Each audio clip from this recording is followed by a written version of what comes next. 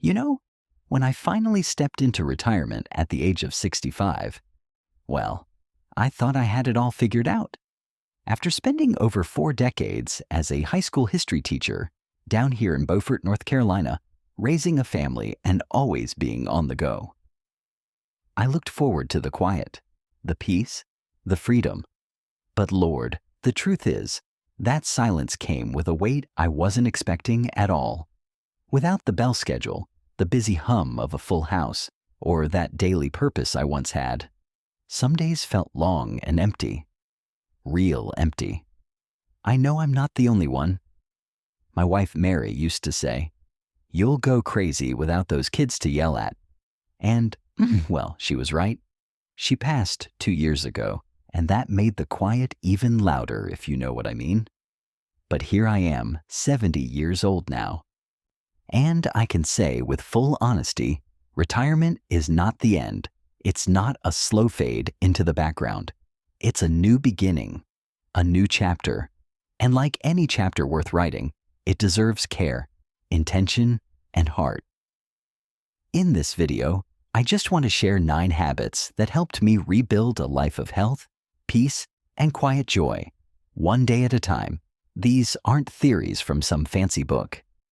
These are lessons I've lived, some the hard way, and maybe, just maybe, they can help you too.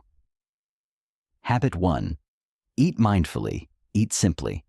Back when I was working full-time, meals were just checkpoints in a busy day. Breakfast was rushed, lunch was often something from a vending machine or drive-through, and dinner was late, heavy, and sometimes more out of habit than hunger. I never gave food much thought beyond whether it was quick or tasty. But retirement changed that. With more time and less distraction, I began to notice how food made me feel. I started slowing down. I began cooking more often, simple meals, fresh ingredients, nothing too fancy. I paid attention to how certain foods affected me. Too much salt left me feeling sluggish. Too much sugar messed with my sleep. But when I ate clean, grilled vegetables, whole grains, lean meats, I felt lighter, clearer, more like myself. One of the best parts of my week now is cooking with my daughter and grandkids on Sundays. We laugh, make a mess, and sit down together without screens, without rush. That time at the table fills more than my stomach. It fills my soul. I've come to understand that food is not just about nutrition. It's about presence, about care, about slowing down enough to honor what you're putting into your body. Mindful eating isn't about dieting. It's about awareness. It's about tasting your food, chewing slowly, putting your fork down between bites. It's about listening when your body says it's full. And I'll tell you something. When you treat eating as a sacred act instead of a chore, everything about your health starts to shift. You rest better. You digest better. You even enjoy life more. So start small. Make one fresh meal today. Sit down for it. Taste it. And remember, the way we eat is one of the clearest reflections of how we care for ourselves. Habit 2. Stay hydrated. I never thought much about water. Most of my life, I drank coffee in the morning, maybe a soda at lunch, and then forgot about fluids the rest of the day. I figured I wasn't thirsty, so what was the harm? But a few years into retirement, I started feeling off, more tired than usual, lightheaded sometimes, even confused on certain afternoons. I thought it was just age catching up with me. But during a routine visit, my doctor asked me how much water I was drinking. I realized I had no real answer. Maybe a glass or 2 a day, sometimes less. She smiled and told me something that stuck with me. As we get older, our sense of thirst weakens, but our body's need for water doesn't. In fact, it becomes even more important. So I made a change. Now I start each morning with a tall glass of water. I keep a pitcher nearby while I read or watch the birds. I drink before meals, before walks, and before bed. Sometimes I add lemon or a splash of juice to make it more enjoyable. It didn't take long to notice the difference. My energy lifted. The headaches faded. My skin even looked healthier. Water may not seem like a big deal, but it is. Dehydration can cause fatigue, confusion, urinary infections, and make existing conditions worse. And the fix is so simple. You just have to remember to drink. If you're like me and you've overlooked water, start paying attention. Set reminders. Carry a bottle. Make it easy. It's one of the gentlest, kindest ways you can care for yourself. No pills, no programs, just water. And trust me, your body will thank you. Habit 3. Move every day. When I first retired, I welcomed the stillness. I slept in, lingered over coffee, sat for long stretches without any real reason to get up. It felt good at first. But then the aches started. My knees creaked more. My lower back stiffened. I would get winded just climbing the porch steps. One morning, I dropped my keys and had trouble bending down to pick them up. That was the moment I knew I needed to start moving again. So I began simply. I walked just to the mailbox and back at first, then around the block. A few weeks later, I was walking through the park, waving to neighbors, breathing in the trees. Some days I walked with my friend George, who also retired recently. We don't walk fast. We don't talk about anything profound. But we show up. And that matters. I also stretch in the mornings now. Nothing complicated, just a few movements to loosen up the joints. On better days, I do light yard work or carry groceries without wincing. My goal isn't to be fit like I was at 30. My goal is to stay free, to keep walking under my own power, to keep reaching for the top shelf without fear. Movement isn't just about the body. It lifts the mood, it clears the mind, it gives your day a sense of rhythm and momentum. You don't need to join a gym or run laps. Just move. Even 5 minutes is better than none. And if your body feels tired or stiff, it's not betraying you. It's just asking you to remember it. So get up, walk to the window, take a stroll, swing your arms. Movement is life, and life doesn't end when the job does. In fact, it just might begin again with that first step. Habit 4. Practice forgiveness and letting go. If there's one thing I've learned in these later years, it's that emotional weight is just as heavy, if not heavier, than any burden you carry on your back. And many of us, especially in retirement, carry a quiet heaviness inside, grudges, regrets. Old wounds that never fully healed. Some were caused by others. Some, if I'm honest, I caused myself. For a long time, I held on to things. Words my brother said when we argued after our father died. The disappointment I felt in myself for missing certain moments when my kids were young. The shame over mistakes I made when I didn't know better. I carried it all, silently, thinking that time alone would take care of it. But time doesn't heal everything. Not without your permission. It wasn't until I was alone in my home one evening, no television on, no phone buzzing, just me and the hum of my thoughts, that I realized how loud those old echoes still were. That night, I sat down and wrote a letter to myself. I forgave myself for the times I wasn't present. I forgave my brother for his harsh words. I forgave people who hurt me, even if they never said sorry, not to excuse them, but to free myself. Forgiveness doesn't mean forgetting. It doesn't mean pretending something didn't hurt. It means you're choosing to no longer let that pain define your present. It's an act of release. And with release comes relief. Letting go is a habit. Some days are easier than others. But like anything, it becomes more natural with practice. I now take a few quiet minutes every morning, just to breathe, to reflect, and to let go of anything heavy I might be carrying. Sometimes it's a recent frustration. Sometimes it's something old that still lingers. But each time I do it, I feel a little lighter, a little more free. You see, when we retire, we don't just leave behind a job. We leave behind identities, roles, expectations. And if we're not careful, We carry the weight of the past into a future that deserves to be lighter, fuller, and more joyful. So let go. Let go of the things that happened, the words that stung, the moments you wish you could change, not because they don't matter, but because you still matter. And your peace is worth more than any old pain. Habit 5. Stay close to those who matter. One of the hardest things I faced after retiring wasn't the lack of routine. It was the slow and steady shrinking of my world.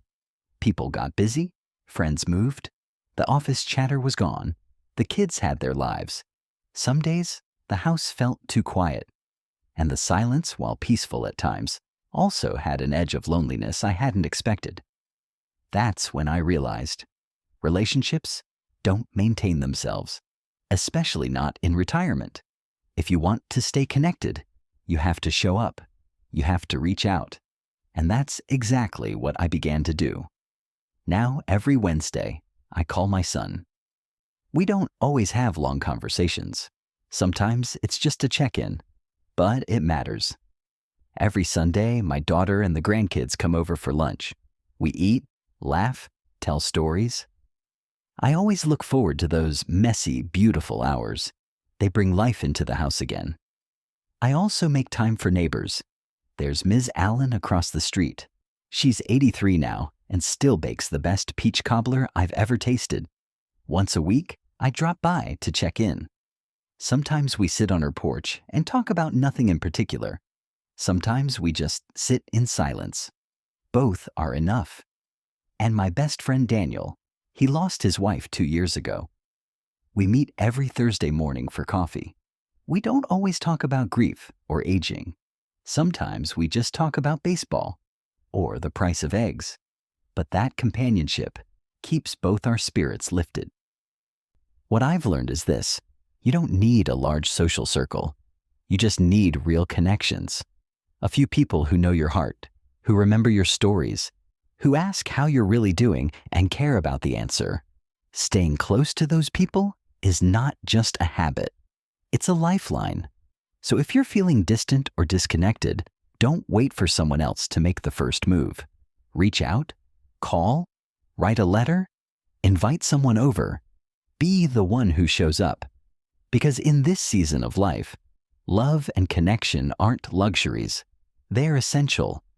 And you are never too old to be surrounded by warmth. Habit 6. Find purpose in small things. When I stopped working, I thought I had left behind my purpose. For decades, my purpose was clear. It was tied to deadlines, responsibilities, providing for my family, keeping things running. And then, just like that, it was gone. Nobody needed reports from me. Nobody asked for updates. The phone stopped ringing, and the days started blending into one another. I began asking myself questions I hadn't considered in years. Who am I now? What do I do now? And, more quietly, do I still matter? But over time, I came to see something I wish I had known earlier. Purpose doesn't retire when you do. It just changes shape. It gets quieter, perhaps, but no less important. Now, I find purpose in the smallest things. I tend to my garden. I feed the birds. I read to my grandson and tell him stories about his mom when she was little. I help at the library once a week, shelving books and chatting with folks who stop by. It may not sound like much, but these small acts give my days meaning. There's joy in knowing that a plant grew because I cared for it. That a child smiled because I shared a memory. That a neighbor's day was better because I made time to listen. None of this makes headlines, but it makes a life. Purpose doesn't have to be big. It just has to be real. It lives in the things you do with care and attention, in the way you show up, in the way you love, even in the smallest gestures. If you feel adrift in retirement, don't wait for a grand mission to appear. Start with something small, something that brings you peace or joy, or a reason to get out of bed in the morning. Bake, paint, teach, listen, fix something, volunteer. Tell your story. Because here's the truth. your life still matters. Every day you wake up is a chance to offer something to the world, even if it's just a smile, a kind word, or a moment of calm in someone else's storm. You don't have to save the world. You just have to keep showing up for it in the way only you can. Habit 7. Create a gentle routine. When I first left the structure of work behind, I thought I'd enjoy the freedom of having no schedule, no alarms, no meetings, no pressure, and for a while it felt like a relief. I woke up when I wanted. I stayed up too late. Meals were whenever.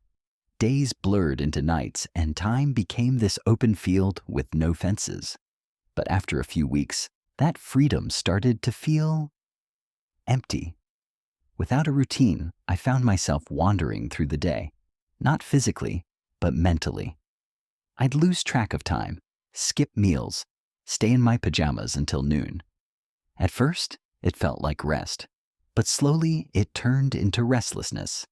And that restlessness turned into something heavier, something that looked a lot like sadness. That's when I realized that even in retirement, we need rhythm. We need something to shape the day, not to control it, but to give it meaning. So I built a gentle routine. Nothing rigid, just enough to bring a sense of flow back into my life. I wake up around the same time each day, usually with the sunrise. I brew a cup of coffee, open the blinds, and sit by the window to watch the birds. I read the newspaper, stretch a little, and take a short walk. Mid-morning is when I tend to the garden or run errands. Afternoons are for reading or doing something creative. Evenings are quiet. Some music, a phone call with a friend, maybe a warm meal. Having a rhythm doesn't make life boring. It gives it texture, predictability in the best way. When I know what my day will generally look like, I feel more grounded. I sleep better. I eat more regularly. I even enjoy spontaneous moments more because they land inside a structure that supports me. It's not about packing the day full. It's about giving each part of the day a place to belong. If your days are starting to blur, I invite you to create your own rhythm. It doesn't have to match mine. Maybe you like waking up later. Maybe your energy peaks in the evening. That's fine. What matters is that your day has shape, that you begin and end it with care. Because at this stage of life, we no longer need to rush, but we still need to feel rooted. And a gentle routine is one of the kindest gifts you can give yourself. Habit 8. Make your home safe and comfortable. After retirement, home becomes the center of your world more than ever before. You spend more time there, especially as friends become fewer. Family lives farther away, and the pace of life slows. And while there's great comfort in that, I've come to understand something else too. Comfort without safety is not true comfort at all. I used to think my home was just fine. I knew every corner. I could walk it in the dark. I thought I didn't need to change a thing, but one evening I got up too fast, caught my foot on a loose rug, and fell hard against the side table. I wasn't badly hurt, thank God, but the bruise on my hip reminded me for weeks just how fragile we can be and how quickly things can go wrong. That fall was a wake-up call. I started looking around the house, not just with familiarity, but with fresh eyes. I added nightlights in the hallway and the bathroom. I replaced that old rug with one that stayed in place. I moved the pots and pans I use most to a lower shelf, so I didn't have to climb or strain. I even bought a cordless kettle that turns off by itself, because forgetting happens more than it used to. It's not about being fearful. It's about being proactive. You don't wait for a fire to check your smoke detector, and you shouldn't wait for a fall to check your home. Safety, I've learned, is not just about avoiding injury. It's about peace of mind. Knowing that you can move through your space without worry, that you can reach what you need, that you can live independently, confidently, with fewer risks. But safety alone isn't enough either. Your home should also feel like a sanctuary. I started lighting candles in the evening, soft ones with lavender or vanilla. I keep fresh flowers on the table when I can. I added a chair near the window where the sun hits in the morning. That's my favorite spot now. These small touches make home feel alive, not just lived in. So, take a moment and look around. Are there things you've been meaning to fix? Is your space set up for ease or for habit? It's never too late to make adjustments, and it's not weakness to make things easier.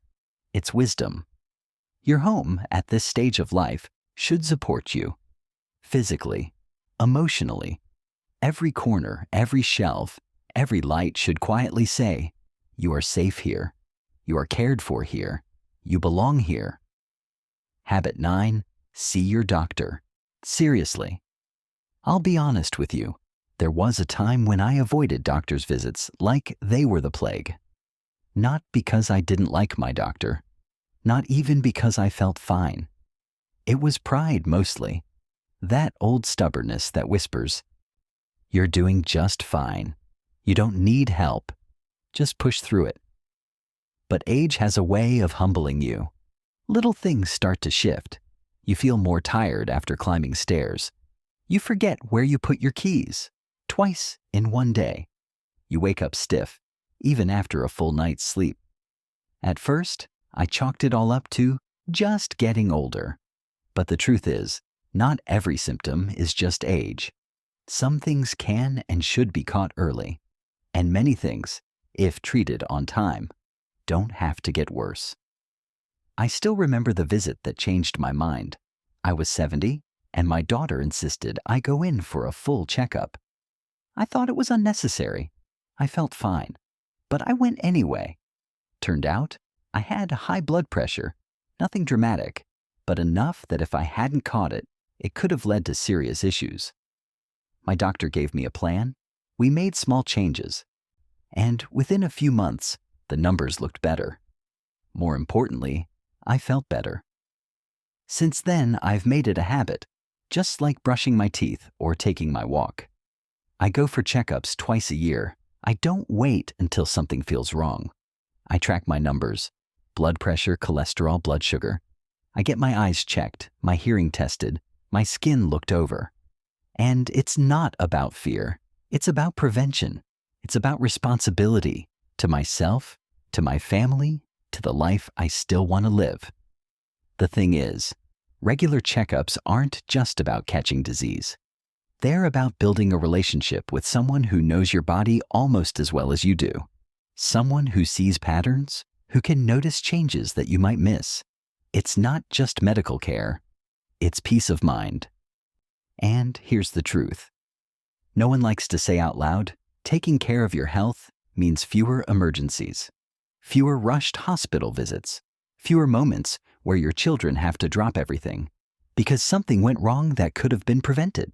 When I stay on top of my health, I'm not just protecting myself, I'm protecting the people who love me. So, if you've been putting off that appointment, I get it. But please, make the call. Book the visit, even if you feel fine, especially if you feel fine. Because feeling fine isn't the same as being fine. And catching something early doesn't make you weak, it makes you wise. Our bodies change. That's not failure, that's life. But ignoring those changes, that's a choice. And I've chosen finally to face them head on with courage and care. You can too. We can't control everything about aging. But we can take responsibility for how we show up in it. One checkup at a time. One act of self-care at a time. Not because we're fragile, but because we are still here, still living, and still worth every effort it takes to stay strong. A new chapter, written well. Now that we've walked through these 9 habits together, I hope something in them spoke to you, not as advice from an expert, but as a companion on the same road. Because that's all I am. A man who's lived a little, stumbled a lot, and found a few steady stones to walk on along the way. Retirement isn't a full stop. It's a new sentence, a different tone, perhaps. Slower, quieter, sometimes more tender. But it's still your story, still worth writing with care. These habits, eating well, staying active, forgiving, staying connected, finding purpose, creating rhythm, making your home safe, and keeping up with your health, they aren't about perfection. They're about presence. They're about choosing to live this chapter, not just pass through it. Some days will be heavy. Some mornings, the body won't cooperate. Some nights, the silence might settle a little too deep. I've been there, but I've also felt the joy of a simple breakfast eaten slowly, the peace of a quiet walk under golden trees, the warmth of a grandchild's laughter at the kitchen table. That's the beauty of this season. The little things speak louder. The small become sacred. So if you're listening to this and thinking, I wish I had started earlier, let me remind you of something I've come to believe with my whole heart. It is never too late. Not to change, not to soften, not to grow, not to begin again. Start small. Start today. Pick one habit, just one, and let it become part of your life, not as a rule, but as a gift you give yourself.